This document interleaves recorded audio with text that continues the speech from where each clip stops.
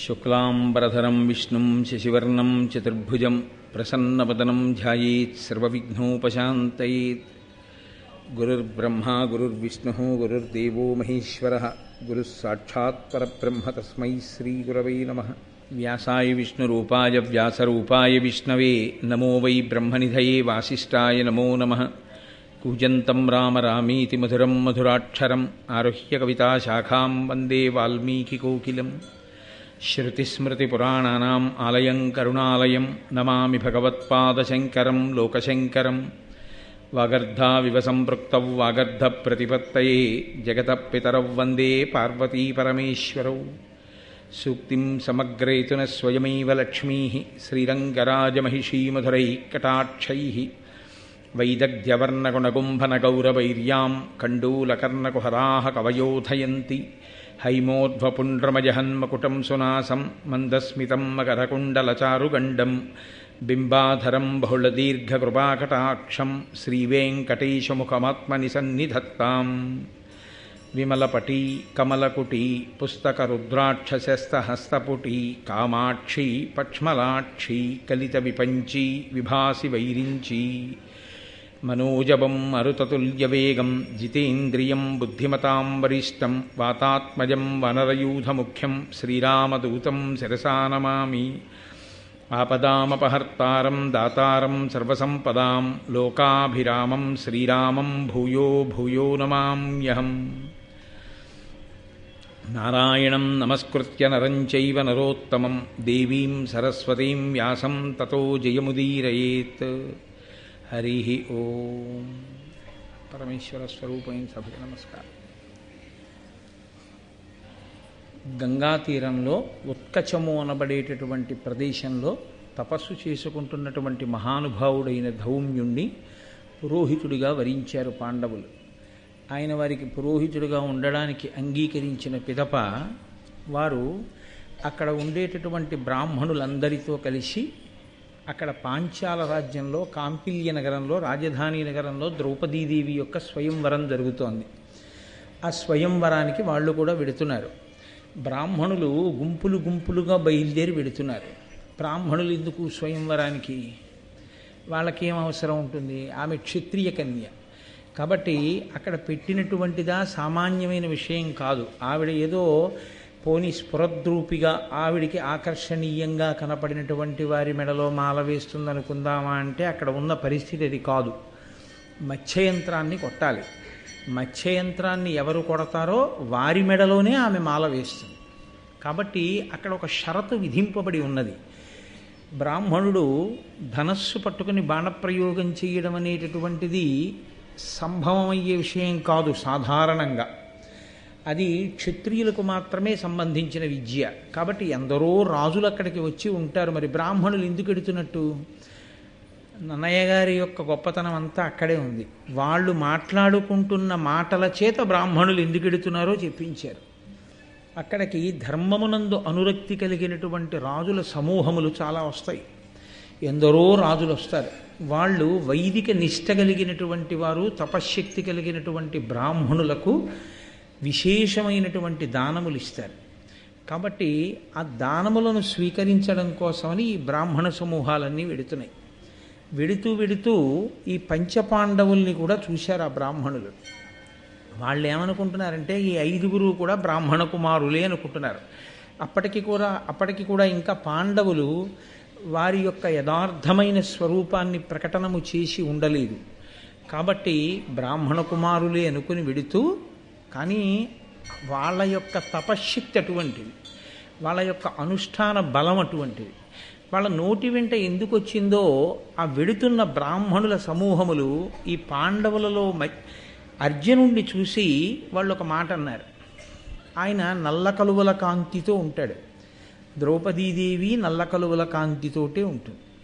వాళ్ళన్నారు, మీ ఎంది కృష్ణు ఉదంసాయుత భుజుంచూచి తాన హర్షముతోడన్ తోయజముఖి వరించును మా ఎరిగిన కార్యమిది సమంజస బుద్ధిన్ అన్నారు. వాడు మేము తెలుసుకున్నంత వరకు, మాకు అర్థమైనంత వరకు, మాకు తోచిన విషయాన్ని మేము చెప్తున్నాం.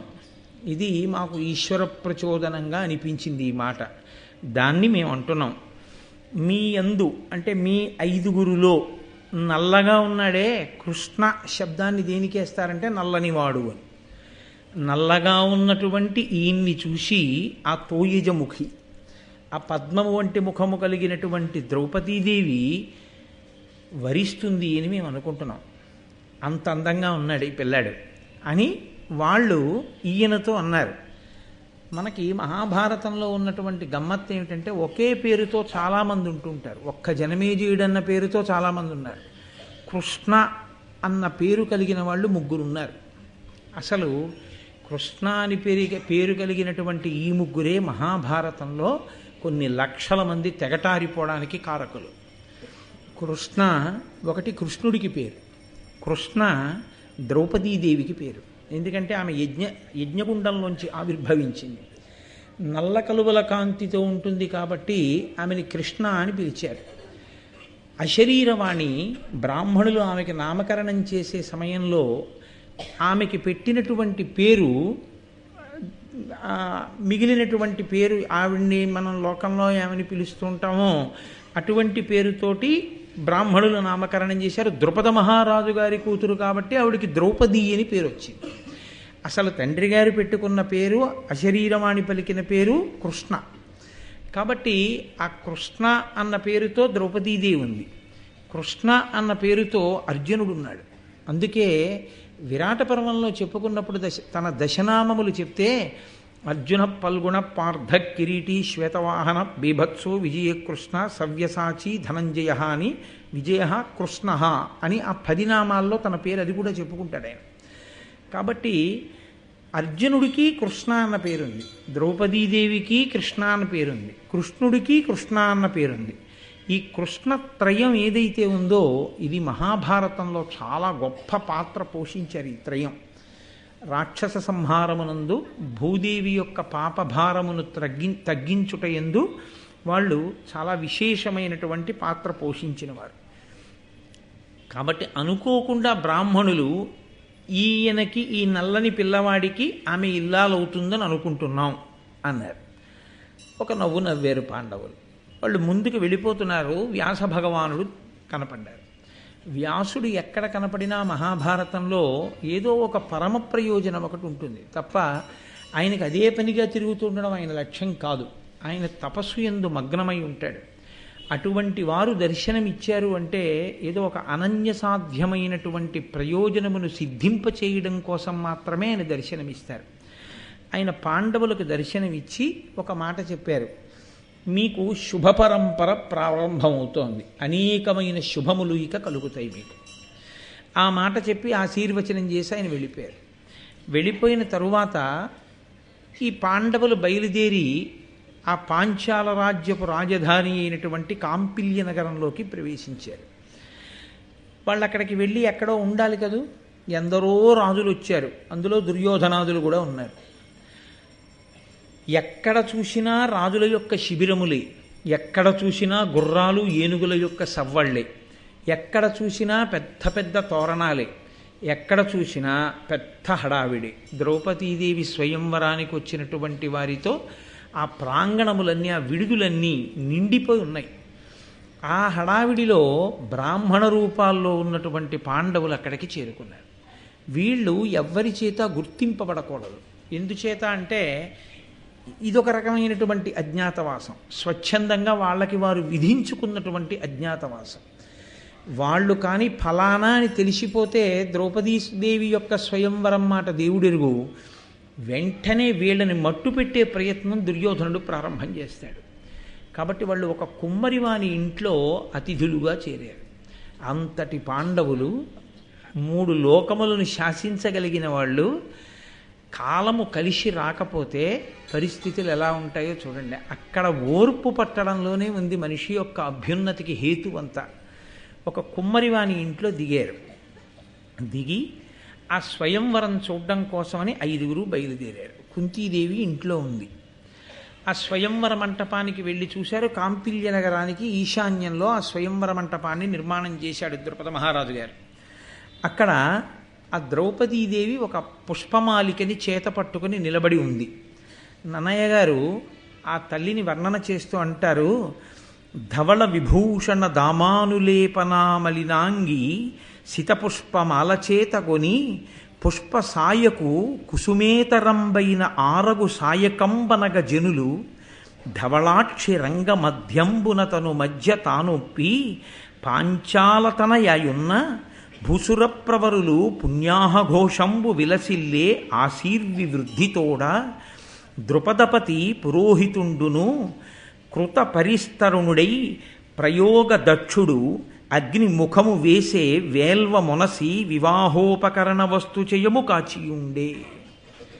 ఆ తల్లి చక్కగా ఒంటికి రాసుకోవలసినటువంటి అంగరాగములను అనులేపనములనన్నింటినీ కూడా ఆవిడ ఆ లేపనములను రాసుకుంది. మంచి సువాసనల గుబాళింపు వస్తోంది. ఆవిడ చేతిలో ఒక తెల్లటి పుష్పములతో కట్టబడినటువంటి దండ పట్టుకుని ఉంది.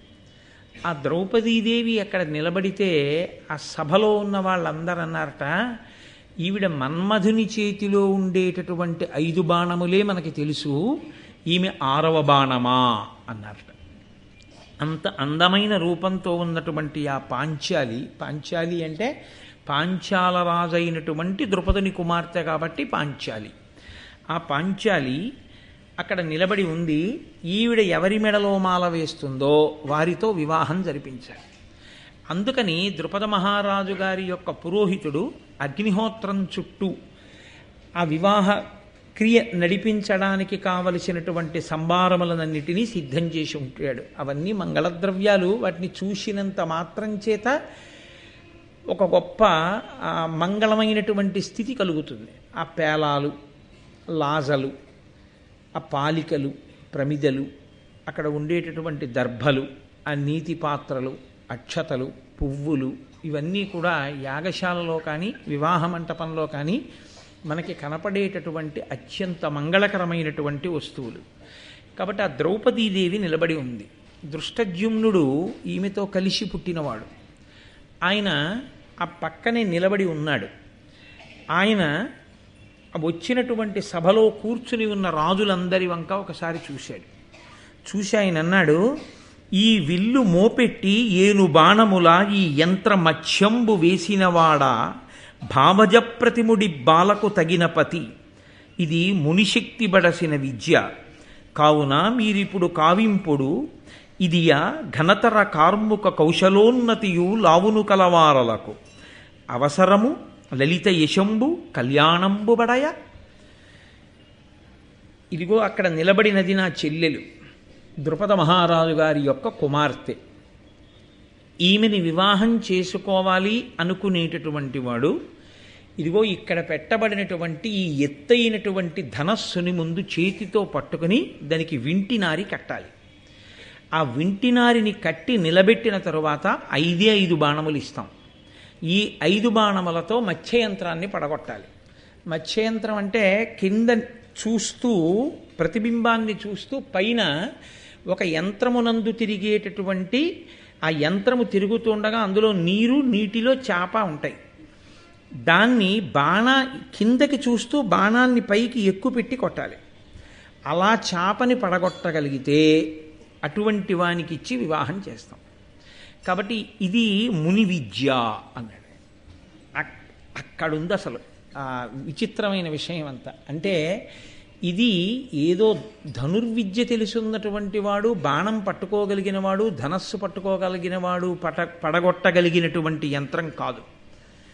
ఇది గురువుల యొక్క ఆశీస్సు, విద్య యొక్క తాత్పర్యము తెలుసున్నవాడు ఎవరుంటాడో, విద్య యొక్క గొప్పతనం, అసలు అనుష్ఠాన పర్యంతంలోకి దాన్ని పవిత్రంగా భావించి తెచ్చుకునేటటువంటి శక్తి ఉన్నవాడు ఎవరుంటాడో అటువంటి వాడు మాత్రమే పడగొట్టగలిగినటువంటిది. కాబట్టి ఇది కళ్యాణకారకంబు, శోభనప్రదంబు.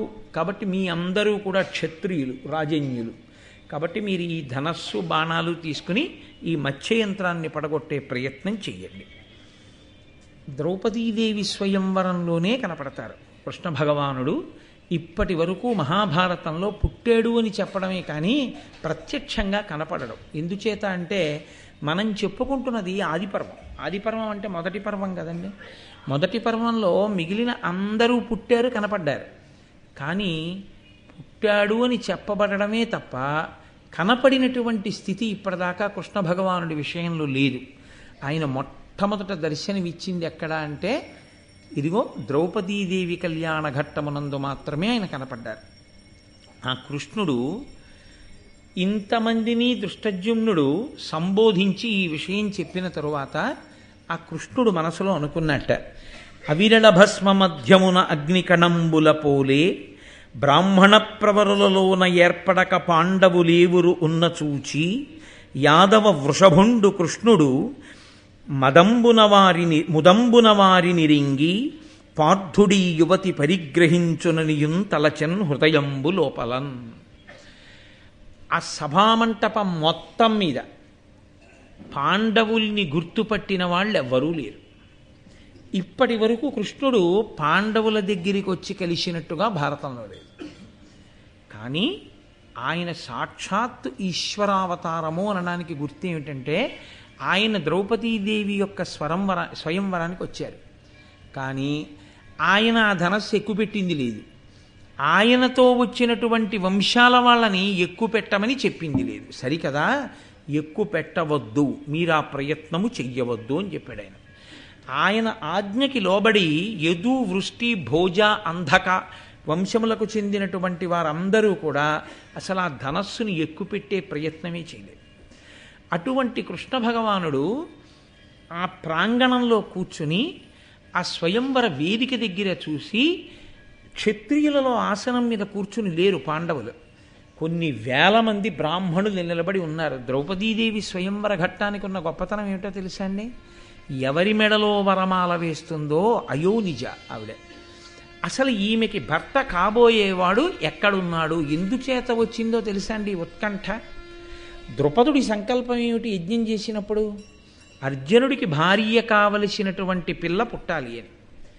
ఇప్పుడు ఆ పిల్ల పుట్టింది. ఆమె అగ్ని సంభవ, యాజ్ఞసేని, యజ్ఞవేదికలోంచి పైకొచ్చింది. అయోనిజ అయిన ఈ పిల్ల అర్జునుడి కోసమే పుట్టింది. కానీ లోకమంతా ఏం చెప్పుకుంటోందంటే పాండవులు మరణించారు. ఇప్పుడు అలా ఎలా సంభవం అవుతుంది? సంభవం అవదు. అందుకే అసలు ద్రుపద మహారాజు గారు స్వయంవర ప్రారంభంలోనే ఏడిచాడు.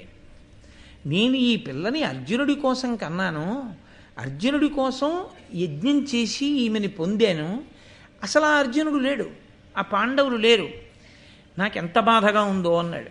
కానీ అక్కడ శకున శాస్త్రం తెలుసున్నటువంటి పురోహితుడు ఒక ఆయన అన్నాడు, నేను వేదమంతా చదువుకున్నాను, ఇతపూర్వం శకునములను పరిగణనలోకి తీసుకుని ఎవరు ఎక్కడ ఎలా క్షేమంగా ఉన్నారో తెలుసుకోగలిగినటువంటి విధానం ఏదుందో దాన్ని నేను బాగా అధ్యయనం చేశాను. నేను ఉన్న శకునములను బట్టి చెప్తున్నాను, పాండవులకు ఏ హాని జరగలేదు. పాండవులు ఉన్నారు, ఈ స్వయంవరానికి వస్తారు. అర్జునుడి మెడలో పూలమాల వేస్తుంది నీ కూతురు, నన్ను నమ్ము అన్నాడు. సంతోషించాడు ద్రుపదుడు. ఇప్పుడు అందరికీ అనుమానం ఏమిటంటే ఎక్కడున్నారు ఈ పాండవులు? ఇప్పుడు ఇక దాక్కోవడానికి అవకాశం లేదు, ఇక బయటికి వచ్చేయాలి. కాబట్టి ఇప్పుడు పాండవులు ఎక్కడున్నారు అన్న విషయంలో దేవతలు కూడా నిలబడ్డారు, పైన నిలబడి చూస్తున్నారు. ఇప్పుడు ఈ ద్రౌపది వరమాల ఎలా వేస్తుంది, అర్జునుడు ఎలా వచ్చి ధనస్సు ఎక్కువ పెడతాడు, ఒకవేళ ధనస్సు ఎక్కుపెట్టి మత్స్యయంత్రాన్ని కొడితే అక్కడికి శల్యుడు వచ్చాడు, దుర్యోధనుడు వచ్చాడు, దుశ్శాసనుడు వచ్చాడు, అశ్వత్థామ వచ్చాడు, కర్ణుడు వచ్చాడు, ఇంతమంది వీరులు ఊరుకుంటారా? పాండవుల మీద యుద్ధానికి వెళ్ళరా? ఈ స్వయంవర మంటపం అంతా కూడా ఒకందుకు ప్రారంభం చేసింది, ఒకందుకు పరిణమించదా? కాబట్టి చూడాలి, ఇది ఉత్కంఠ. అందుకని ఇంతమంది వచ్చి నిలబడ్డారు. ఇంతమంది వచ్చి నిలబడితే అందులో కూర్చునున్నాడు కృష్ణ భగవానుడు బలరాముడితో కలిసి. ఆయన ఇంతమంది గుర్తుపట్టలేకపోయారు. ఆయన ఇంతకుముందు అర్జునుడిని కానీ పాండవుల్ని కానీ చూసినట్టు అసలు భారతంలో లేదు. కానీ ఆయన ఒకసారి బ్రాహ్మణులందరి వంక తేరిపారి చూసి అడిగో అర్జునుడు అన్నాడు. పరమాత్మకి తెలియనివి ఏముంటాయండి? అందుకే శ్రీరామాయణంలో రాముడు ఈశ్వరుడిగా ఎక్కడా కనపడ్డాడు. మహాభారతంలో కృష్ణుడు ఈశ్వరుడు కాకుండా ఎక్కడా కనపడ్డాడు. ఈశ్వరుడుగానే కనపడుతుంటాడు. కాబట్టి ఇప్పుడు ఆయన అరిగో పాండవులు 5 కనపడుతున్నారు. 5 అడిగో అర్జునుడు. ఈ అర్జునుడే ఈ మత్స్యయంత్రాన్ని కొడతాడు.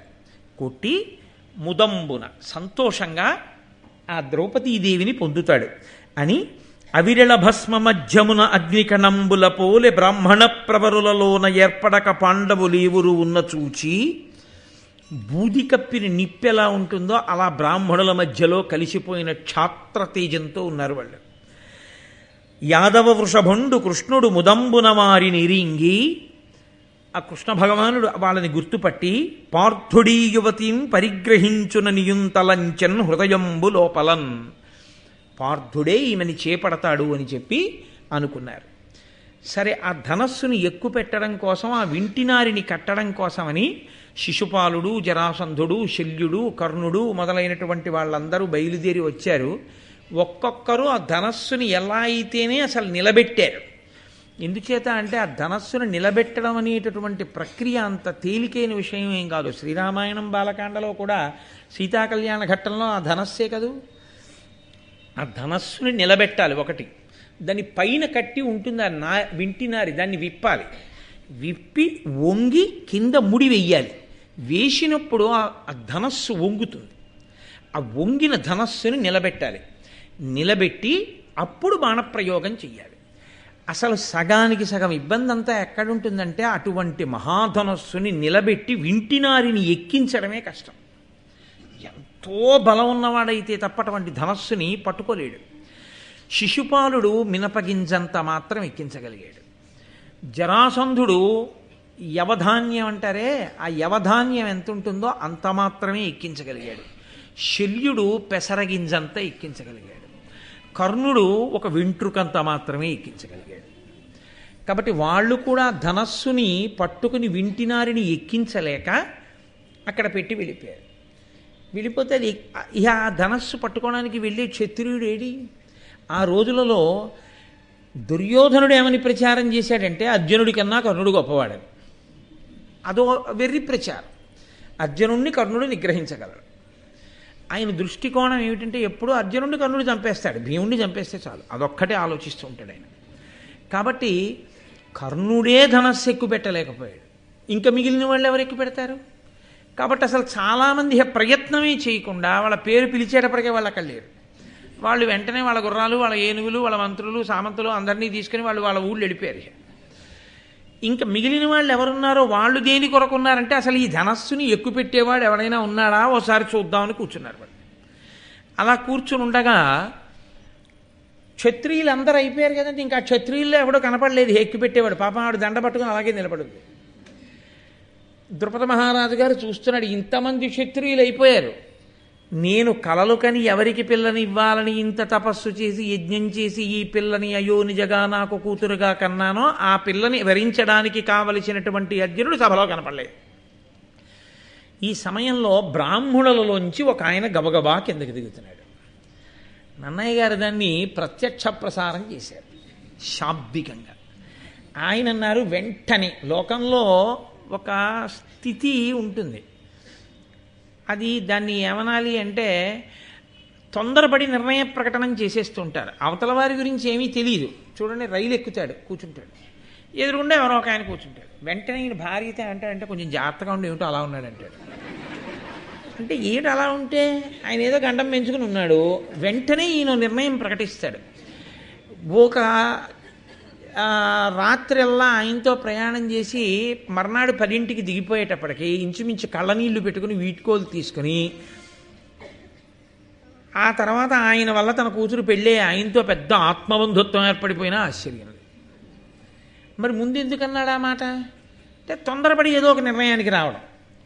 అలా కొంతమంది బ్రాహ్మణులు అన్నారు, అర్జునుడు కిందికి దిగి పెడుతున్నాడు బ్రాహ్మణుల పరువు తీసేయడానికి తప్ప. క్షత్రియులు వెళ్ళారంటే అర్థం ఉంది, వాళ్ళే ఎక్కువ పెట్టలేకపోయారు ఆ ధనస్సు, వీడికి ఎందుకు, వీడించుకు వెళ్ళిపోతున్నాడు మధ్యలో బ్రాహ్మణుల్లోంచి, వీడికి అక్కర్లేని విషయాలు వీడికి ఎందుకని అడుగుతున్నారు. కొంతమంది అన్నారు, పోన్లే ఇంకా క్షత్రియుల్లో ఎవరు ఎక్కువ పెట్టేవాడు లేడుగా, వాళ్ళ అదృష్టం వాడు పరీక్షించుకుంటున్నాడు వెళ్ళని అని కొంతమంది అన్నారు. కొంతమంది పెద్దవాళ్ళు అన్నారు, అమితోత్సాహుడు దీర్ఘబాహు పరిగుండత్యంత తేజస్వి సద్విమలాచారుడు విప్రభక్తిపరుడీ విప్రుండు విప్రప్రసాదమునన్ విప్రులకెల్ల సంతసముగా తత్కర్మ సంసిద్ధి ఉత్తముడై పొందిడి అంచు ఉండిరి దయం ధాత్రీసురుల్ ప్రీతులై. కొంతమంది అన్నారు, చూడండి చూడండి అమితోత్సాహుడు, ఆయన నడవడం చూడండి అసలు ఎంత ఉత్సాహంగా ఉందో. దీర్ఘబాహుడు, ఆ చేతులు చూడండి ఎంతంత పొడుగైన చేతులు, అవి ఏదో ఇనప గుదియలు ఎలా ఉంటాయో అలా ఉన్నాయి. మహాతేజస్వి, విమలమైన ఆచారం ఉన్నవాడు, మంచి విప్రభక్తి కలిగినటువంటి వాడు. కాబట్టి విప్రుల యొక్క ప్రసాదంగా అతని యొక్క నడవడి, అతని యొక్క కదలికలు చూస్తే అతనికి ఆశీర్వచనం చెయ్యాలని అనిపిస్తోంది. కాబట్టి విప్రప్రసాదంబునన్, ఈ బ్రాహ్మణుల యొక్క ఆశీర్వచన కారణం చేత సంతసముగా, చక్కగా సంతోషంగా ఇతను తత్కర్మ సంసిద్ధి ఉత్తముడై పొందెడు. ఏ పని మీద వెడుతున్నాడో ఆ పని యొక్క ఫలితాన్ని పొంది తీరుతాడు అంటూ వాళ్ళందరూ ఈయన్ని ఆశీర్వచనం చేశారు. ఈయన బ్రాహ్మణ వేషంలో ఉన్నాడు, గబగబా ధనస్సు దగ్గరికి వెళ్ళాడు. చిత్రం ఏమిటంటే రామాయణంలోనూ అంతే, ఈయన ఏం చేస్తాడన్నాడు జనకుడు. ఇక్కడ అంతే, క్షత్రియులే ఎక్కువ పెట్టలేకపోయారు, ఈ బ్రాహ్మణ పిల్లాడు ఏం చేస్తాడని మామూలుగా ఊరుకున్నాడు. ఈయన వచ్చి అది ముని విద్య అన్నమాట దృష్టజ్యుమ్నుడు అందుకు వాడాడు. ఆయన వెళ్ళి ధనస్సుని పట్టుకోలేదు, పట్టుకోకుండా ఆ ధనస్సుకి ప్రదక్షిణం చేశాడు. ప్రదక్షిణం చేయడం చేత ఇది మామూలుగా వశమయ్యేది కాదు, ఇది గౌరవం చేత వినయం చేత మనం దాన్ని గౌరవించడం చేత అది మనకి వశం కావలసినదే తప్ప మనం మన శక్తితో నిలబెట్టేది అని అహంకరిస్తే మనకి లొంగేది కాదు. కాబట్టి ప్రదక్షిణం చేశాడు. ప్రదక్షిణ చేసి ఆ ధనస్సుకొక నమస్కారం చేశాడు. నమస్కారం చేసి, నమస్కారము అన్న మాటకి ఒక అర్థం ఉంటుందండి. నమస్కారం అన్నది అంత తేలిక అని మీరు అనుకోకూడదు. నమస్కారము అన్నప్పుడు ఇలా చేసింది కాదు నమస్కారం, ఇలా రెండు చేతులు కలిపితే 5 జ్ఞానేంద్రియములు 5 కర్మేంద్రియములు ఇలా తల ఉంచితే 11వదైన బుద్ధి 11ంటిని న్యాసము చేస్తే, అంటే ఈ 11 చేత నిన్ను తెలుసుకోగలిగిన వాడను కాను, నీవు నన్ను అనుగ్రహించగలిగిన వాడివి. కాబట్టి 11ంటిని నీ పాదముల దగ్గర విడిచిపెడుతున్నాను అని చెప్పడం, ఇలా వంగి నమస్కారం చేయడం. ఎవరు నమస్కరించారో వాడు ఆశీర్వచనమునకు పాత్రుడవుతాడు. ఆశీర్వచనమునకు పాత్రత పొందగానే నమస్కారమును స్వీకరించిన వాడు సంతోషంతో ఆశీర్పూర్వకంగా మాట్లాడతాడు. ఆయుష్మాన్ భవ అన్నారు అనుకోండి, ఆయన తపశ్శక్తి చేత ఈయనకి గండం పోతుంది. కాబట్టి నమస్కారము చేయడం వల్ల ఏమవుతుందంటే, మీరు దేనికి నమస్కరించారో, ఎవరికి నమస్కరించారో వారి చేత మీరు రక్షింపబడేటటువంటి స్థితిని మీరు పొందుతారు. అందుకని నమస్కారం చేస్తారు తప్ప, నమస్కారం అంటే కేవలంగా ఏదో నమస్కారం కాదు. నమస్కారం అందుకే అనేక విధాలుగా ఉంటుంది. నమస్కారం అన్నది, నమస్కారం వేరు, అభివాదం వేరు. అహంభో అభివాదయేని ప్రవర చెప్పి అభివాదం చేస్తారు. పెద్దలు కనపడ్డారనుకోండి, పెద్దల దగ్గరికి వెళ్ళినప్పుడు ఎలా పడితే అలా నమస్కారం చేయకూడదు. పాదములు ముట్టుకుని నమస్కారం చేస్తున్నాం అనుకోండి, చేసేటప్పుడు ఎదురుగుండా కానీ ఉంటే అత్యంత పూజనీయులు అనుకోండి, చాలా పూజనీయులైతే వారి పాదములకు నమస్కారం చేస్తాం.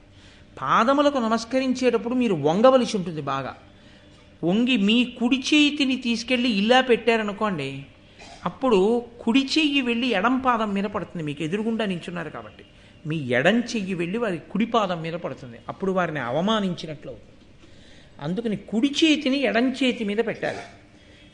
ఎడం చెయ్యి ఇలా రాకూడదు, ఈ కుడి చేతిని ఎడం చేతి మీదకి పెడతారు. పెడితే ఈ కుడి చెయ్యి వెళ్ళి ఎడం చేతి మీద ఉండి ఇలా ముట్టుకుంటే వారి కుడి పాదం మీద కుడి చెయ్యి, ఎడం పాదం మీద ఎడం చెయ్యి పడుతుంది. అంటే మీ పూజనీయతని గ్రహించిన వాడన.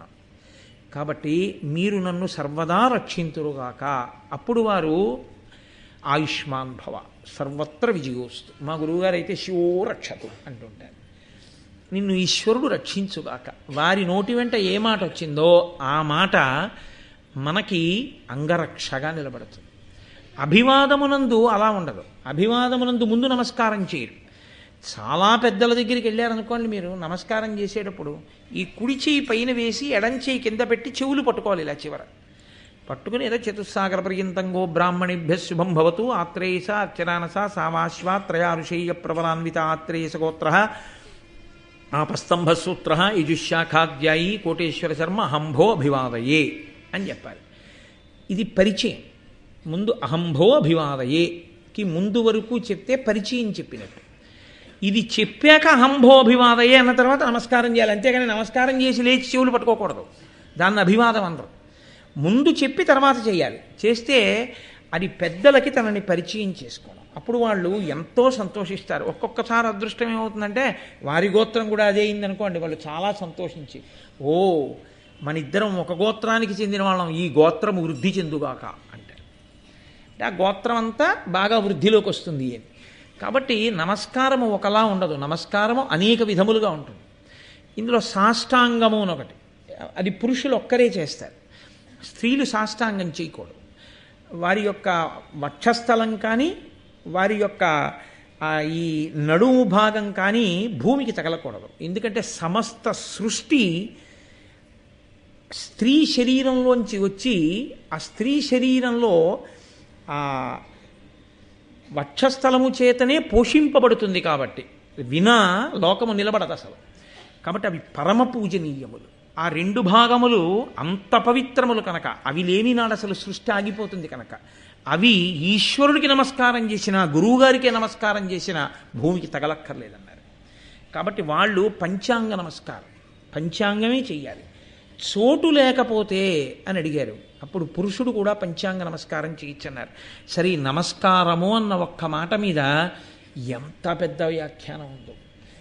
అథవా మనం తెలుసుకోవలసింది ఒక్కటే, నమస్కారము చేశారు అన్నప్పుడు మీరు గ్రహించవలసిన విషయం ఏమిటంటే, మీరు అవతల వారి యొక్క ఆధిక్యతను అంగీకరించి వారి ఆశీర్వచనము వలన మీరు రక్షింపబడతాను అని మీరు నమ్మారు అని గుర్తు. అందుకే నమస్కారం చేసేటప్పుడు ఒక్క చేత్తో నమస్కారం చేస్తే పూర్వజన్మలో చేసుకున్న పుణ్యాన్ని కాల్చేస్తారు వెంటనే. అందుకే ఒక చేత్తో నమస్కారం ఈ దేశంలో లేదు, అది వేరొక చోటి సంస్కృతి. ఇక్కడ నమస్కారం రెండు చేతులతో మాత్రం తప్ప ఒక్క చేత్తో నమస్కారం అన్నది అసలు ఎప్పుడూ ఉండకూడదు, అలా చెయ్యకూడదు కూడా. కాబట్టి ఆయన మహానుభావుడు కనుక అర్జునుడు ఆ ధనస్సుకి నమస్కారం చేశాడు. అంటే ముని విద్య, దాని యొక్క శక్తి ఏమిటో, ఆ ధనస్సుని ఆవహించి ఉన్న శక్తి యొక్క అనుగ్రహాన్ని పొందుతున్నాడు. ఇప్పుడు అసలు ఈ ధనస్సు ముట్టుకోవడానికి అర్హత ఎక్కడి నుంచి వచ్చింది? అసలు ఆ ధనస్సును ఎలా పట్టుకోవాలో నేర్పిన మహానుభావుడు ఒకడున్నాడు, ఆయన గురువుగారు. ఏ శుభప్రదమైన కార్యాన్ని ప్రారంభం చేసినా గురువుగారితోటే ప్రారంభం. గురువుగారికి నమస్కారంతో మొదలు. మా గురు పరంపర అలా కొనసాగాలి అని వారికి మంగళం పలుకుతూ పూర్తి చేయాలి తప్ప అసలు గురువుగారిని స్మరించకుండా జీవితం ప్రారంభం కాకూడదు. నిద్ర లేవగానే కూడా తాను భూమి మీద పడి ఏమని భావన చెయ్యాలంటే, గురువుగారు వచ్చి ఎదురుగుండా నిలబడి ఉన్నారు, లేవగానే గురువుగారు కనపడ్డారు అని భూమి మీద పడి నమస్కారం చేసి ఎదురుగుండా గురువుగారు నిలబడ్డారు అని భావన చెయ్యాలి. భావన చేసి నమస్కారం చేయాలి. శృంగగిరికి పీఠాధిపత్యం ఇప్పుడు వహిస్తున్నటువంటి మహాపురుషుడు, గొప్ప వేదాంతి, గొప్ప తపశ్చక్రవర్తి భారతీతీర్థస్వామి వారు బ్రహ్మచారిగా ఉండగా వారి గురువుగారు విద్యాభినవ సరస్వతి స్వామి వారు, ఆయన గురువుగారిగా ఉన్నప్పుడు ఈయన శిష్యుడిగా వేరే ఓ చిన్న గదిలో ఉండి చదువుకుంటూ ఉండేవారు. తెల్లవారుజామున ఖచ్చితంగా 3 అయ్యేటప్పటికి లేచేవారు. ఒకరోజు ఎందుకో అలసత్వం వహించి ఆయన అనుకున్నారు, అభినవ విద్యాతీర్థస్వామి వారు గురునివాసులో కదా ఉంటారు, నేను ఇక్కడ గదిలో కదా ఉంటాను, 3 గంటలకి లేచి నమస్కారం చేయకపోతే గురువుగారికి తెలుస్తుంది ఏమిట్లే అని ఆయన జీవితం మొత్తం మీద ఆ ఒక్కరోజే బ్రహ్మచారిగా కూడా భారతీతీర్థస్వామి వారిది ఎంత క్రమశిక్షణం. ఒక్కరోజు ఆయన ఆలస్యంగా లేస్తూనే నేల మీద పడి నమస్కారం చేశారు, గురువుగారు నించున్నారు అన్న భావనతో. లేచి ఇలా పైకి లేచారు, గురువుగారు నించునున్నారు. నేను ఆలస్యంగా లేస్తే గురువుగారికి తెలుస్తుందా అనుకున్నావా అన్నారు. అంతే. ఆ తర్వాత ఇక ఆనాటి నుంచి ఈనాటి వరకు ఏనాటికి కూడా భారతీ తీర్థస్వామి వేళపట్టం లేవకపోవడం అన్నది లేదు. గురువు గురువే. కాబట్టి ఆ గురువుకి నమస్కారంతో ప్రారంభం. ఏ రోజు దినచర్య అయినా అంతే, అలాగే ప్రారంభం అవ్వాలి అని. ఏ మంగళకరమైన కార్యమైనా సరే గురువుగారిని నమస్కరించకుండా ప్రారంభం చేయకూడదు. అర్జునుడు గొప్ప వినయశీలి. ఇంతమంది చెయ్యలేంది తాను చేస్తానని తెలుసు, అయినా దానికి అహంకారం అడ్డు రాకూడదు. ఒక్కసారి తన గురువు అయినటువంటి ద్రోణాచార్యుల వారి పాదములను మనసులో స్మరించాడు. ఇందుకు పొంగిపోయాడు ద్రోణాచార్యుల వారు. నా శిష్యుడని పరవశించిపోయేవాడు. ఆ గురువుగారి పాదాలని మనసులో తలుచుకొని ఒక్కసారి నమస్కారం చేసి తాను చాలా కాలం నుంచి ఈ ధనస్సుని పట్టుకున్నానన్న అనుభూతిని పొందాడు. ఇది ఏడు కొత్తదా? ఎక్కడి నుంచి వచ్చిందో తెలుసా అండి? ఈ గొప్ప ధృతి ఆయన ప్రవర్తించినటువంటి తీరు వలన వచ్చింది. ఈశ్వరానుగ్రహం, గురువుల అనుగ్రహం, ఆ ధనస్సు యొక్క అనుగ్రహం అన్నీ కలిగాయి. ఉత్తర క్షణంలో ఆ ధనస్సు పట్టుకోవడం, నిలబెట్టేయడం, వింటినారి విప్పేయడం, కింద చుట్టేయడం, 5 బాణములు తీసుకోవడం, ఒక్కొక్క బాణాన్ని గురి చూసి కొట్టేయడం మొదలైపోయింది. అక్కడ మాటలక్కడ అయిపోయింది. నిశ్శబ్దం. అదేమిటి, ఇప్పటిదాకా అసలు ధనస్సు పట్టుకున్నవాడు లేడు, వింటినారి ఎక్కించినవాడు లేడు. ఈయన చూస్తే బ్రాహ్మణుడు వెళ్ళాడు, ధనస్సు ఎక్కుపెట్టేశాడు, వింటినారి కట్టేశాడు, బాణప్రయోగం చేసేస్తున్నాడు. ఆశ్చర్యపోతున్నారు. అంతే, గురి చూసి కొట్టాడు. మత్స్యయంత్రం భిన్నమైపోయింది. కొట్టవలసిన లక్ష్యాన్ని కొట్టేశాడు, అది విరిగి కింద పడిపోయింది. అంతే. ఆశ్చర్యపోయారు అందరూ. అరేరే, ఇంతమంది క్షత్రియులు కొట్టలేకపోయారు, ఒక బ్రాహ్మణుడు కొట్టేశాడు. ఇప్పుడు బ్రాహ్మణులందరికీ సంతోషం వచ్చింది. ఒరే, క్షత్రియులు చెయ్యలేని పని మన బ్రాహ్మణుడు చేసేశాడు రా అన్నారు. అని వాళ్ళన్నారు, ఫలపవనాంబు భోజన శుభవ్రత వృత్తుల చేసి చూడ దుర్బలతనులయ్యు బ్రాహ్మణుల పార తపోబల సంపదన్ మహాబలయుతులు అట్టి వారలకు భవ్యులకెందు నసాధ్యమిద్దియుం కలదే చరాచరాఖిల జగంబుల పెద్దల కార్య సద్విజుల్.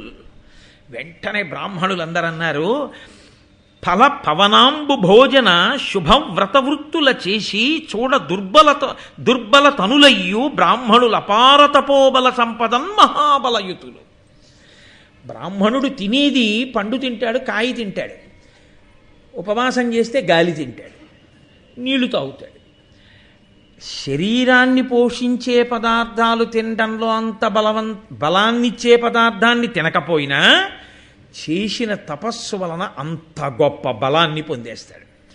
కాబట్టి బ్రాహ్మణులు భవ్యులు. కాబట్టి ఎందుకు కొట్టలేరు? ఆయన తలుచుకుంటే కొట్టేశాడంతే.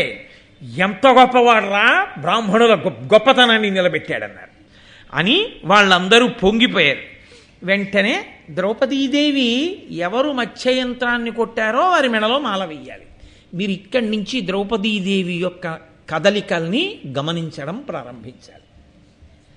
ఇప్పుడు హతాశురాలు కావలసింది ఎవరో తెలుసా అండి? ద్రుపదుడి కన్నా ద్రౌపదీదేవి. ఎందుచేత? అనుకున్న అల్లుడు రాలేదు, ద్రుపదుడికి నిర్ధారణ అయిపోయింది. అసలు క్షత్రియుడు కాడు, బ్రాహ్మణుల్లోంచి కదా వచ్చాడు. అర్జునుడు బ్రాహ్మణుడు కాడు. కాబట్టి అర్జునుడు వచ్చి మత్స్యయంత్రాన్ని కొట్టలేదు.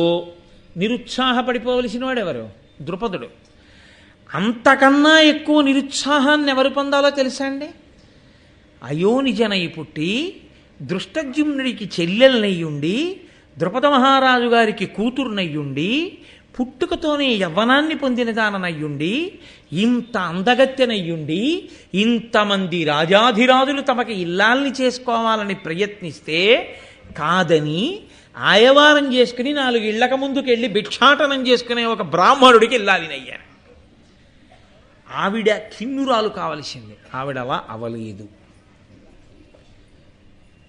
మా నాన్నగారు ఇలా నిర్ణయించారు, ఈశ్వరుడు అలా నిర్ణయించాడు. ఎవరు మత్స్యయంత్రాన్ని కొట్టారో ఆయన నా భర్త. భర్త అనగానే దైవం. కాబట్టి నాకు దైవము ఈ రూపంలోనే సాక్షాత్కరించాడు. కాబట్టి ఆమె మనసులో ఇంకొక రకమైన భావన లేదు. ఆమె వెంటనే వరమాల చేత పట్టుకుని వెళ్ళిపోయి ధరణీశనందనుల్దన్నతి ప్రీతితో చూచుచునుండంగ సుందరాంగి తోయజ దళనేత్ర ద్రుపద రాజాత్మజ కమనీయ గజరాజ గమనలీల చనుదించి సురరాజ సన్నిభు అభినవ యవ్వనోద్భాసితు అసిత రత్న రుచిరాంగు అంగజరూపు ధనంజయు తన చేతి సిత పుష్ప దామకమున బొలతి ముదముతోడ పూజించే అట్టి ఉత్సవము చూచి దాని సైపకపుడు కౌరవేంద్రుడాదిగా గల భూపతులెల్ల అలిగి కలయ నీపురేగి. ఆవిడ వెంటనే దగ్గరగా వచ్చి చూసింది ఆయన్ని. ఏం మామూలు బ్రాహ్మణుళ్ళ లేడు ఆయన, ఏదో ఏ చేతకాని వాళ్ళ ఏం కనపట్టం లేదు. ధరణీశనందనుల్ తన్నతి ప్రీతితో చూచుచునుండంగ సుందరాంగి తోయజదల నేత్ర ద్రుపద రాజాత్మజ కమనీయ గజరాజ గమనలీల చనుదించి. రాజులందరూ ఇప్పటికీ తమకంతో చూస్తున్నారు ఆవిడ వంక. మత్స్యయంత్రం కొట్టలేకపోయినా ఇది ఆవిడ్ని జీవితాంతం వెంటాడింది అని మీరు గుర్తుపెట్టుకోవాలి. ఎందుకు వేశారో తెలుసా అండి అన్నయ్య గారు? అర్థం పర్థం లేని వర్ణనలు చేయడానికి కాదు. ఇది పురుష బలహీనత. తనకి యోగ్యత ఉన్నా లేకపోయినా అందమైన వనిత కనపడితే కామించడం అందరికీ వర్తించకపోవచ్చు. కొందరు మహాత్ములు ఉంటారు, ఆవిడ అందగత్య కాదా అనవసరం, తన ఇల్లాలు కాదు కాబట్టి ఆమె యందు కామాక్షిని మాత్రమే చూడగలిగినటువంటి సౌజన్యమూర్తులు మహాపురుషులు కొందరు ఉంటారు. నేను వాళ్ళని ఈ గాట కట్టి నేను మాట్లాడటలేదు, కానీ సాధారణంగా పురుష బలహీనత ఇది ద్రౌపదీదేవి జీవితాంతం ఆవిడ్ని శాసించింది. నన్నయ్య గారు ఏదైనా చెప్తే ఒక సందేశాన్ని ఇస్తారు. భారతం ఒక సందేశాన్ని ఇవ్వడానికి వచ్చింది. మత్స్యయంత్రాన్ని ఒకడు కొట్టాడు, ఆయన అర్జునుడో కాదో తర్వాత విషయం. ఆమె ఆయనకి ఇల్లాలైపోయింది అక్కడ ఉన్న నిబంధన ప్రకారం. ఇప్పుడు వీళ్ళు తమకంతో చూస్తే ఆవిడికి వచ్చిన నష్టం లేదు, ఆవిడలో మార్పు లేదు. పాడైపోయిన వాడు ఎవడంటే చూడకూడని చూపు చూసినవాడు వాడు పాడైపోతున్నాడు. వాడు రాజు అయితే ఎవడకు కావాలి, చక్రవర్తి అయితే ఎవడకు కావాలి. కాబట్టి చూడకూడని చూపు వాళ్ళందరూ చూస్తున్నారు ఆవిడ వంక. ఎందుకని ఆవిడ కదిలింది. ఇప్పటి వరకు ఆవిడ నిలబడి ఉండగా చూశారు, ఇప్పుడు ఆవిడ నడుస్తుంటే చూసి పొంగిపోతున్నారు. ఆవిడ వెళ్ళి అర్జునుడి వంక చూసింది, అమ్మ పుష్పమాల వేద్దామని. ఆయన ఎలా ఉన్నాడు? సురరాజ సన్నిభు. వెంటనే నన్నయ్య గారు మొదటి విశేషణం వేశారు. ఇంద్రుడిలా ఆత్మావై పుత్రనామాసి. ఇంద్రుడి కొడుకు అర్జునుడు ఇంద్రుడిలాగే ఉన్నాడు. తేజస్సు దాచితే ఎక్కడ దాగుతుందండి? కృష్ణుడు చెప్పాలి, అది బూది కప్పిన నిప్పు అన్నాడు. అంతటి తేజోమూర్తి అయి ఆయన ఉన్నాడు. కాబట్టి ఆ సురరాజ సన్నిభు అభినవ యవ్వనోద్భాసితు, మంచి నవయవ్వనంలో ఉన్నటువంటి వాడు. అసిత రత్న రుచిరాంగు, ఇంద్రనీలమణి ఎలా ఉంటుందో అటువంటి నల్లటి కాంతితో వెలిగిపోతున్నవాడు. అంగజరూపు, మన్మధుడా అన్నట్టుగా ఉన్నవాడు. ధనంజయు, ఆ అర్జునుణ్ణి తన చేతిలో ఉన్నటువంటి పుష్పమాల తీసి ఆయన మెడలో వేసి పూజించగానే ఆవిడ బానే ఉంది, ఆయన బానే ఉన్నాడు. నేనే అర్జునుడిని ద్రౌపది కంగారు పడకని ఆయన అనలేదు, నువ్వు అర్జునుడు కావున ఆవిడ అనలేదు. ఆవిడ ముఖంలో మార్పు లేదు. అర్జునుడు యథార్థాన్ని చెప్పకపోయినా సంతోషంగా ఉన్నా ఆయన పెద్ద ప్రకటన ఏమీ చెయ్యలేదు. కానీ తొందరపడిపోయి వెర్రికేకలు మొదలుపెట్టిన వాడు ఎవరంటే దుర్యోధనుడు. వాడి బ్రతుకంతా అసూయే, ఎక్కడా చేసేది ఏమీ ఉండదు, కానీ ఎప్పుడూ అసూయే, ప్రతిదానికి అసూయే. తాను ధనస్సు ఎక్కువ పెట్టలేకపోయాడు, ఎక్కువ పెట్టినవాడు ఓడున్నాడు, గౌరవించి వెళ్ళిపోలేదు. కానీ ఆయన ఇక్కడ ప్రారంభమైందండి. నేను మీకు తర్వాత ఆఖరణ సమన్వయం చేసేటప్పుడు చెప్తాను. అందుకొచ్చింది ఆవిడ అవతారమూర్తి అయోనిజ. ఇక్కడ వాడి అసూయ ప్రారంభమైంది ద్రౌపదీదేవి విషయంలో. ఆవిడ తీసుకెళ్ళి అర్జునుడి మెడలో పుష్పమాల వెయ్యగానే దాని సైపకపుడు అది ఒప్పుకోలేదు. ఒప్పుకోకుండా కౌరవేంద్రుడాదిగా గల భూపతులెల్ల అలిగి, దుర్యోధనుడు మొదలైనటువంటి రాజులందరూ చాలా కోపం తెచ్చుకొని అత్త మీద కోపం దుత్త మీద చూపించారంటారు చూసారా? ద్రౌపదీ స్వయంవర ఘట్టం ఎన్ని మార్పులు చెందిందనుకున్నారు? ఇప్పుడు అందరూ అనుకున్నారు ఈ బ్రాహ్మణుడు ఎవరైతే ఉన్నాడో మీకు నాకు తెలుసు అనుకోండి అర్జునుడని, వాళ్ళకి తెలియదుగా ఇంకాను. ఇప్పుడు ఈ బ్రాహ్మణుడి మీదకి యుద్ధానికి ఎడతారు ఈ రాజులందరూ, నువ్వెవడివిరా మత్స్యయంత్రం కొట్టడానికని అని అనుకున్నారు. కానీ కోపంలో ఉన్నవాడి ఆలోచన స్థిమితంగా ఉన్నవాడు చేసిన ఆలోచనలో ఉండాలని ఏం లేదు. కాబట్టి వాళ్ళందరూ ఏమన్నారో తెలుసా అండి? ఏల రాబనిచన్ మహీషుల నెల్ల చుట్టమ పోలే మున్నేల సత్కృతి చేపే ఇందర ఇమ్మహారథులుండగా ఏల కన్యకనిచ్చే విప్రున కిందునేడు శఠుండు పాంచాలుడు ఇప్పుడు వీనిని నిర్గత సత్తు చేయుదమాజిలోన్. వాళ్ళన్నారు, ఇంతమంది మహావీరులు ఉన్నామా, ఇంతమందిని మనకు ఆహ్వానాలు పంపించాడా, మనందరం వచ్చామా, ఎదురొచ్చి స్వాగతం చెప్పాడా, చుట్టాలని చూసినట్టు విడిదిచ్చాడా, మనందరినీ కూర్చోబెట్టాడా, తీరా మత్స్యయంత్రం కొట్టమని మనం కొట్టలేకపోతే ఓ బ్రాహ్మణ కుమారుడు కొడితే వాడికి మెళ్ళో వేసేయి అంటాడా? వాడేదో మత్స్యయంత్రం కొట్టాడు అనుకోండి, అంత చులకన వాళ్ళకి, వాడేదో కొట్టాడు, ఆయన మెళ్ళో మాలేసింది, అది సరే. అసలు పాంచాల రాజు ఏం చేస్తున్నాడు? క్షత్రియుల్ని పిలిచి బ్రాహ్మణుడు వేస్తుంటే ఊరుకోవడం ఏమిటండి? మన అవమానించడం కాదా ఇదంతాను? ఇది కోపం శేషేన పూరయ్యే, తన చేతకానితనాన్ని కోపంతో పూరించాలి. కాబట్టి మనందరం కలిసి పాంచాల రాజుని నిర్జిద్దాం. ఇప్పుడు క్షత్రియులందరూ ఒకటైపోయారు, ఓ బ్రాహ్మణ కుర్రాడు అల్లుడయ్యాడు. కాబట్టి ఈయన ఏం చేశాడంటే, ఈ బ్రాహ్మణ తేజమే నన్ను రక్షించాలని అనుకోలేదు ద్రుపద మహారాజు. అనుకున్నాడు ఆ బ్రాహ్మణుల జోలికి వెళ్తారనుకున్నాడు, ఈయన జోలికి వచ్చారు. ఈయన పరిగెత్తుకుంటూ వెళ్ళి బ్రాహ్మణుల చాటును నక్కాడు. ఎంత చిత్రం చూడండి. అప్పటి వరకు ద్రుపదుడు క్షత్రియుడు, వాళ్ళు క్షత్రియులు, వాళ్ళు ఒకటే, బ్రాహ్మణులందరూ నించున్నారు. బ్రాహ్మణ కుమారుడు వెళ్ళి మత్స్యయంత్రం కొట్టాడు, క్షత్రియులందరూ ఒకటే, ద్రుపదుడి మీదకి శత్రుత్వం. వెంటనే ద్రుపదుడు బ్రాహ్మణుల చాటుకి వెళ్ళిపోయాడు.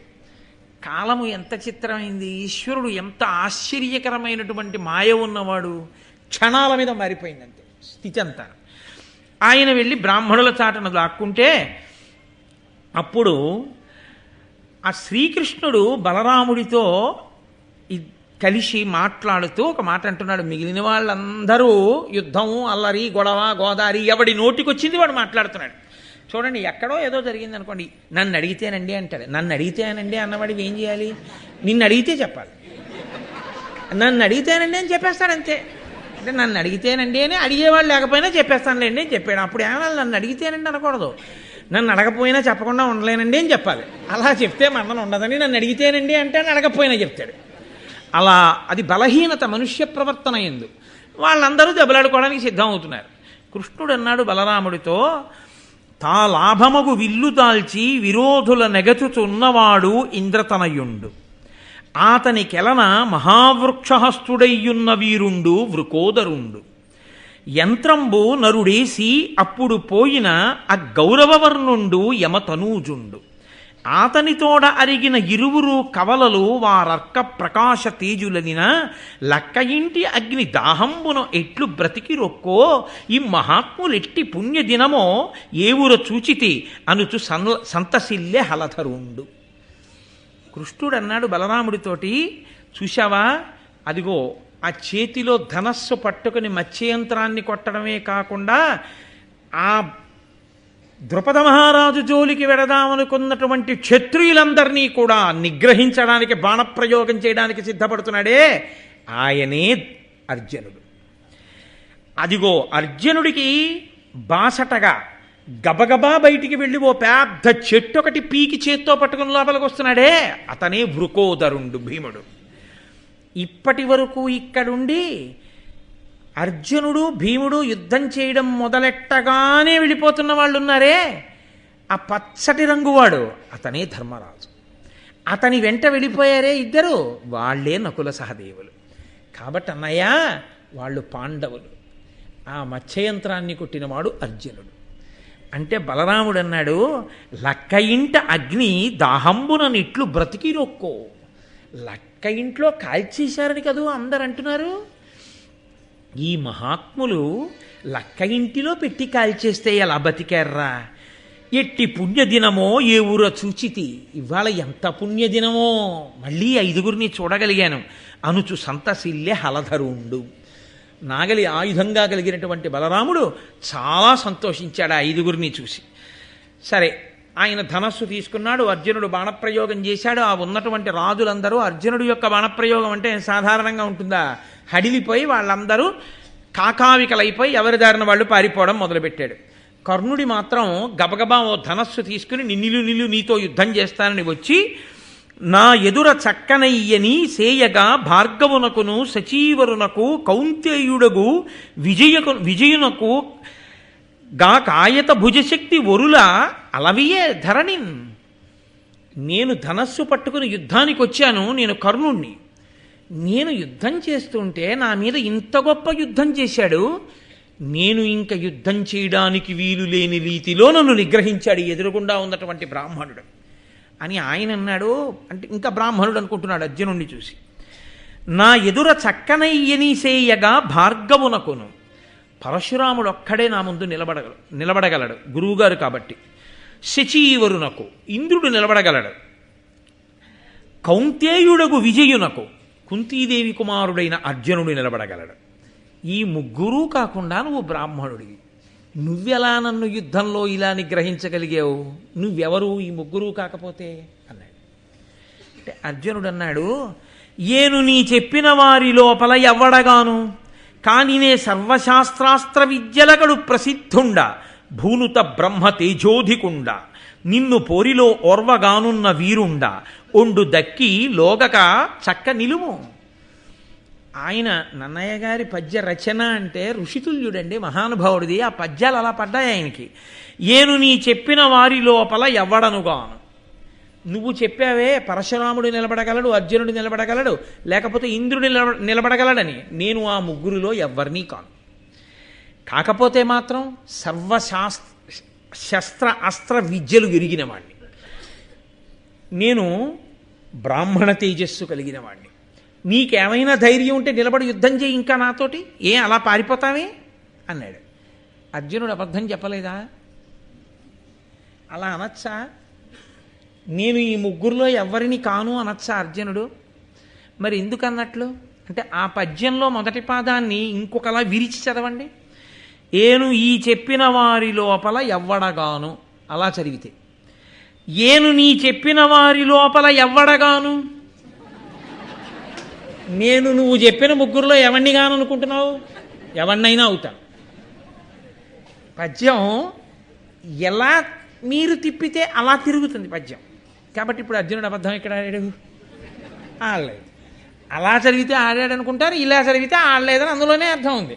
అర్థం చేసుకోకపోవడం కర్ణుడి తప్ప చెప్పడంలో అర్జునుడు అబద్ధం ఆడాడని చెప్పడానికి వీలేదు. చెప్పాడా చెప్పలేదా అంటే చెప్పలేదు, చెప్పాడు. అర్థం చేసుకునేవాడు ఔన్నత్యాన్ని బట్టి ఉంటుంది.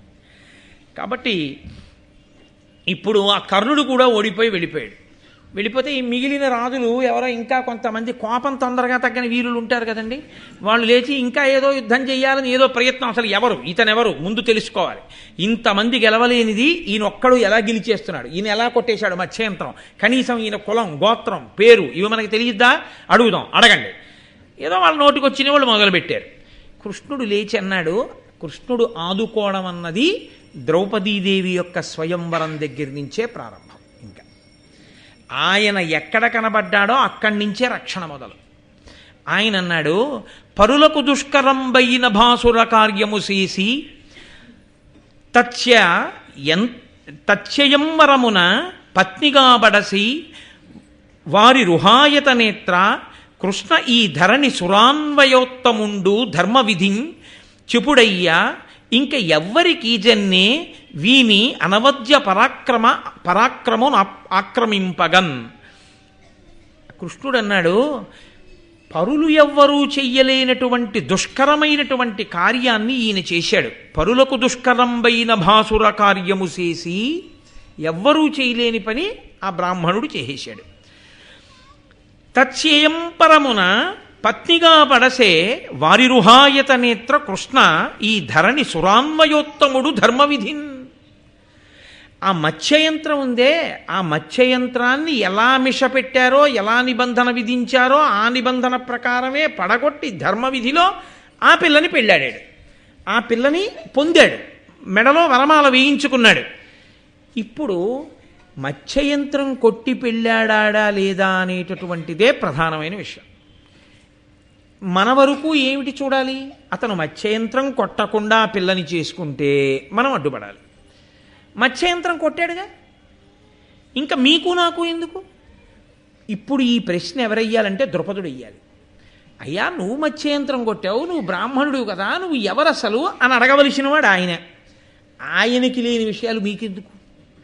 పోనీ మీరెవరైనా ఓడించగలరా? మీ అందరిలోకి పెద్దవాడని చెప్పుకున్నవాడెవడున్నాడో ఆ కర్ణుడే వెళ్ళిపోయాడు ఓడిపోయి. ఇంకా మీకెందుకు ఈ ప్రశ్నలన్నీ అక్కర్లేనివి? కాబట్టి మనకు అక్కర్లేని విషయాల్లోకి మనం వెళ్ళక్కర్లేదు, పదండి బయలుదేరదాం అన్నాడు. ఈ మాటకి జవాబు చెప్పలేక వీళ్ళందరూ బయలుదేరి వెళ్ళిపోయారు. కానీ ఈ ద్రౌపదీ స్వయంవరంలో భీమార్జునులు మాత్రమే అక్కడ నిలబడ్డారు. ఆ పెరికి తీసుకొచ్చిన చెట్టుతో అక్కడ ఉన్న రాజులందరినీ మర్దించినవాడు భీమసేనుడు కాదు. శల్యుడు భీముడితో యుద్ధం చేశాడు. ఆ శల్యుడు కూడా నేను ధనస్సు ఎక్కువ పెట్టలేకపోయాను, మత్స్యయంత్రం కొట్టలేకపోయానన్న అక్కసు కడుపులో ఉండిపోయి భీముడితో యుద్ధం చేశాడు, కానీ భీముడిని గుర్తుపట్టలేకపోయాడు. చెట్టుతో కొట్టి మోది కింద పడేసి ఓడించి వదిలిపెట్టాడు శల్యుణ్ణి. భీమార్జునులు ఇద్దరే యుద్ధం చేస్తే ధర్మరాజు నకుల సహదేవులతో కలిసి ఇంటికి వెళ్ళిపోయాడు. అక్కడ కుంతీదేవి అప్పటికే చాలా ఆలస్యం అయిపోయింది. ఆ స్వయంవరానికి వెళ్ళిన వాళ్ళు 5 తిరిగి రాలేదు. ఆవిడ మనసులో బెంగ పెట్టుకుంది. ఇంకా ధర్మజుడు నకుల సహదేవులు కూడా రాని కారణం చేత కుందిన ద్రౌపది ఉత్సవ సందర్శనోత్సుకులైపోయి కడు పెద్ద ప్రొద్దయ్యే కొడుకులేల మసలిరో కౌరవల్ విసువక వైరంబు కావించు పాప స్వభావులు ఎరిగి క్రందున చంపిరో అందుల కేవురు లీలతో ఒక్కట నేల అరిగి అవ్యయుండయిన వేదవ్యాసువచనంబు నిక్కంబు కాకుండు నొక్కో వేల్పులారా భూసురేషులారా మీ శరణంబ కాని యొండు గతియుగాక నాకు శరణమగుడు సుతుల కరుణతో రక్షింపుడనుచు కుంచి వగచి వనరుచుండే. ఆవిడ పాపం మనసులో కుందుతోంది. అయ్యో, స్వయంవరోత్సవాన్ని చూస్తామని చెప్పి నా పిల్లలందరూ వెళ్ళారు, చాలా పొద్దుపోయింది, ఇప్పటికి తిరిగి రాలేదు. ఆ కౌరవులు పాపస్వభావులు 5 వెళ్ళడం చూసి పాండవుల్ని గుర్తుపట్టి నిష్కారణంగా ధర్మాన్ని పక్కన పెట్టి చంపేశారో, లేకపోతే ఏదైనా ఆపదొచ్చిందో మహానుభావుడైనటువంటి వేదవ్యాసుడు మీకు శుభపరంపర ప్రారంభమవుతుందని ఆశీర్వచనం చేశాడు. కాబట్టి ఆయన ఆశీర్వచనం నాకిప్పుడు అండగా నిలబడాలి. నేను సమస్త బ్రాహ్మణులకు దేవతలకు నమస్కారం చేస్తున్నాను, శరణాగతి చేస్తున్నాను, నా బిడ్డలు రక్షింపబడుగాక అని ఆవిడ అంటుండగా ఆ ధర్మరాజు గారు నకుల సహదేవులతో లోపలికి వచ్చాడు. ఏరి భీమార్జనులు అని అడిగింది. భీమార్జనులమ్మ అదిగో అక్కడ ఇంకా స్వయంవర మంటపంలో ఉన్నారు, వచ్చేస్తున్నారు అని చెప్పాడు. అప్పటికి ద్రౌపదీదేవి నీ స్వయంవరంలో మత్స్యయంత్రాన్ని కొట్టి అర్జునుడు గెలుచుకున్నాడని కానీ, అర్జునుడి మెడలో ద్రౌపదీదేవి వరమాల వేసిందని కానీ, ఆ అర్జునుడు భీముడితో కలిసి ద్రౌపదిని కూడా తీసుకుని ఇంటికి వస్తాడని కానీ ధర్మరాజు గారు అనలేదు. వెనక భీముడు, అర్జునుడు, ద్రౌపది మెడలో వరమాల వేసేసింది కదండి. ద్రౌపదీ సహితుడై భీమార్జనులిద్దరూ ఇంటికి వచ్చారు. అది ఏమంత పెద్ద ఇల్లు, అదో కుమ్మరి ఇల్లు. అది ఆ ఇంటి లోపలికి వస్తూ ప్రతిరోజు లోపలికి ఎలా వస్తారో అలాగే అర్జునుడు లోపలికి వచ్చి కుంతీదేవితో ఒక మాట అన్నాడు. అమ్మా, ఇవాళ ఒక భిక్ష తెచ్చాను అన్నాడు. ఆవిడంది 5 ఉపయోగించండి. ఆయన దృష్టిలో ఆయన తెచ్చిన భిక్ష ద్రౌపదీదేవి. ఆవిడనుకుంది సామాన్యమైన భిక్ష తెచ్చారు అనుకుంది. అనుకుని అది 5 తింటారు, మనం రోజు చూస్తున్నాం కదా.